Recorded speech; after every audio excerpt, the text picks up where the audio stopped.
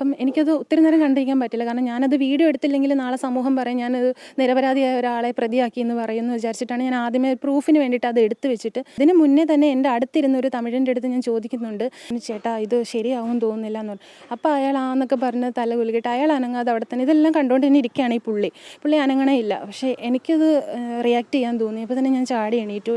എനിക്കെന്ത് വേണം, ഞാനിനി ഇതിൻ്റെ പുറകിൽ പോകണമെന്ന് ആലോചിച്ചിരുന്നിരുന്നെന്നുണ്ടെങ്കിൽ ഒരു പക്ഷേ അയാൾ അടുത്ത സ്റ്റോപ്പിൽ ആ കുഞ്ഞിനെ കൊണ്ടുപോയേനെ, അതിനെ മാക്സിമം ഉപയോഗിച്ചിട്ട് അതിനെ കൊന്ന് തന്നെ കളഞ്ഞേനെ. പക്ഷെ നാളെ നമ്മൾ ചിലപ്പം പിന്നീട് അതിനെ എനിക്കൊന്ന് രക്ഷിക്കാൻ പറ്റിയില്ലല്ലോ എന്ന് പിന്നീട് ഓർത്ത് നമ്മൾ ദുഃഖിക്കേണ്ടി വരും. അതിലും നല്ലത് എൻ്റെ കൺമുന്നിൽ കണ്ട തെറ്റായപ്പോൾ ഞാൻ പ്രതികരിച്ചു. കാരണം എനിക്കിത് തന്നെയാണ് എല്ലാവരോടും പറയാനുള്ളത്. അതിൻ്റെ അടുത്തിരുന്ന പുള്ളിയുടെ അടുത്ത് പറഞ്ഞിട്ട് അയാൾ പ്രതികരിക്കാത്തതിൽ എനിക്ക് നല്ല വിഷമമുണ്ടായിരുന്നു. കൊല്ലത്ത് കഴിഞ്ഞ ദിവസം 6 വയസ്സുകാരി ട്രെയിനിൽ ക്രൂരമായ പീഡനത്തിനിരയായ സംഭവം നമ്മളെല്ലാവരും വലിയ ഞെട്ടലോടുകൂടിയാണ് കേട്ടത്. അന്ന് ആ കുട്ടി അങ്ങനെ ലൈംഗിക ചൂഷണത്തിനിരയാകുമ്പോൾ രക്ഷിച്ചത് ഒരു കൊട്ടാരക്കര സ്വദേശിയായ ഒരു ആളുടെ ഇടപെടലായിരുന്നു. വീണ എന്നാണ് അവരുടെ പേര്. നമ്മോടൊപ്പം തന്നെ ഉണ്ട്. അന്ന് ഈ സംഭവം എങ്ങനെയാണ് നമ്മൾ അടുത്ത സീറ്റിലിരുന്ന് യാത്ര ചെയ്യുമ്പോഴാണോ കണ്ടത്? അതെ, ഞാൻ കൊല്ലത്തുനിന്ന് തിരുനെൽവേലിക്ക് അമ്മയുടെ ഒരു ചികിത്സയുടെ ആവശ്യമായിട്ട് പോകുമായിരുന്നു.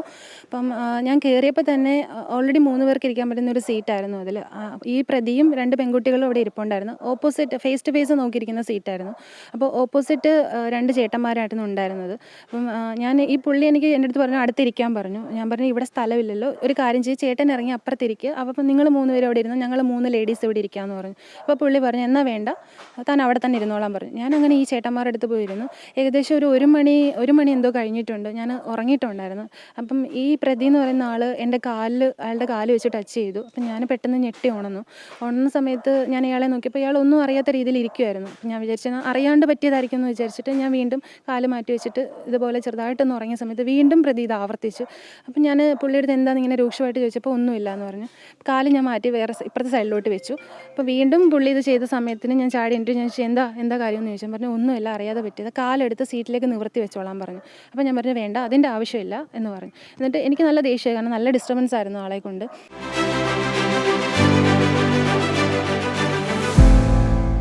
അപ്പം ഞാൻ എൻ്റെ ബാഗിൽ നിന്ന് ഫോൺ എടുത്ത്, എനിക്ക് ഉറക്കം വന്നില്ല, ഫോൺ എടുത്ത് ഇങ്ങനെ ന്യൂസ് കണ്ടുകൊണ്ടിരുന്ന സമയത്ത് ഈ പുള്ളി പെട്ടെന്ന് സീറ്റിൽ നിന്ന് ചാടി എണീറ്റിട്ട് ബാക്കിലോട്ട് പോകുന്നുണ്ട്. അപ്പം എനിക്ക് അയാളുടെ ആറ്റിറ്റ്യൂഡിൽ ഒരു റോങ് തോന്നിയപ്പോൾ ഞാൻ ഇയാളെ ശ്രദ്ധിച്ചു അയാൾ എന്താ ചെയ്യുന്നതെന്നുള്ളത്. അപ്പോൾ ബാക്കിൽ പോയിട്ട് അവർ തമിഴ് ഫാമിലി ആയിരുന്നു, അവരവിടെ കിടന്ന് ഉറങ്ങുമായിരുന്നു. അവരെന്തോ തീർത്ഥാടന യാത്രയൊക്കെ കഴിഞ്ഞ് 3 ദിവസം കൊണ്ട് അവർ ട്രാവലിംഗ് ആണെന്നാണ് ഞാൻ ചോദിച്ചപ്പോൾ പറഞ്ഞത്. അപ്പം നല്ല ഉറക്കമായിരുന്നു. അപ്പോൾ അപ്പൂപ്പൻ്റെ അടുത്ത് കിടക്കുമായിരുന്നു ഈ കുഞ്ഞിനെ ബെഡ്ഷീറ്റോട് കൂടി തന്നെ എടുത്തുകൊണ്ട് വന്ന് ഇയാളുടെ മടിയിലിരുത്തി, ആ സീറ്റിൽ എൻ്റെ ഓപ്പോസിറ്റ് സീറ്റിൽ ഇരുത്തിയിട്ട് മടിയിലിരുത്തിയിട്ട് ഈ കുഞ്ഞിനെ തലോടുന്നു. അതായത് ഒരച്ഛൻ മകൾക്ക് കൊടുക്കുന്ന കെയറിങ്ങിൽ അതേപോലെ പുള്ളി തലോടുന്നു. ഉറങ്ങിക്കിടക്കുന്ന കുഞ്ഞിനെ ഞാൻ കാണാൻ വേണ്ടി ഉറക്കാൻ ശ്രമിക്കുന്ന പോലെ ചെയ്യുന്നു.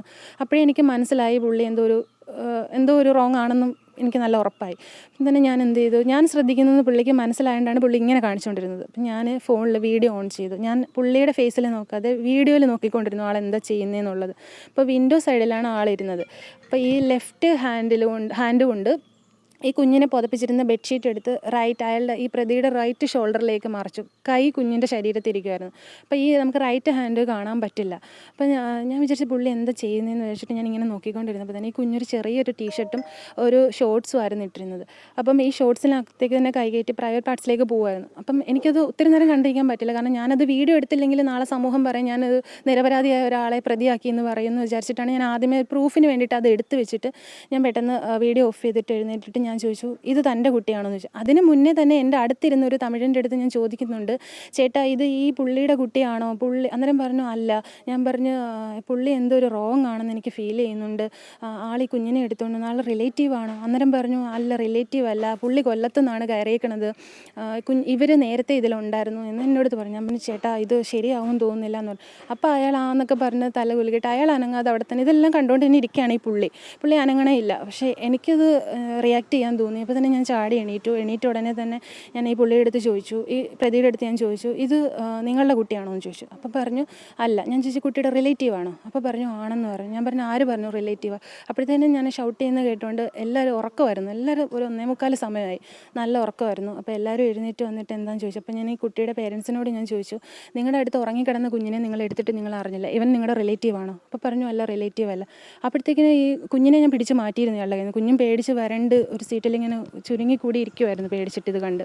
എന്നിട്ട് ഞാൻ ഈ പ്രതിയുടെ അടുത്ത് ഇങ്ങനെ ചോദിച്ചു, നിങ്ങൾ എന്താണ് ചെയ്തത് ആ കുട്ടിയുടെ അടുത്ത്? അപ്പം ഞാൻ എന്ത് ചെയ്തു? പ്രതി എന്നോട് ഷൗട്ട് ചെയ്തു. ഞാൻ എന്ത് ചെയ്തു എന്നാണ് പറയുന്നത്? എന്ത് ചെയ്തു? ഞാൻ പറഞ്ഞു എൻ്റെ കയ്യിൽ ഫുള്ള് പ്രൂഫുണ്ട്, നിങ്ങൾ ചെയ്തത് എന്താണെന്ന് ഞാൻ വീഡിയോ എടുത്തിട്ടുണ്ട്. അപ്പം എന്നോട് എന്ത് വീഡിയോ എന്ന് പറഞ്ഞു. പിന്നെ എൻ്റെ അടുത്ത് ചൂടാവാൻ തുടങ്ങി.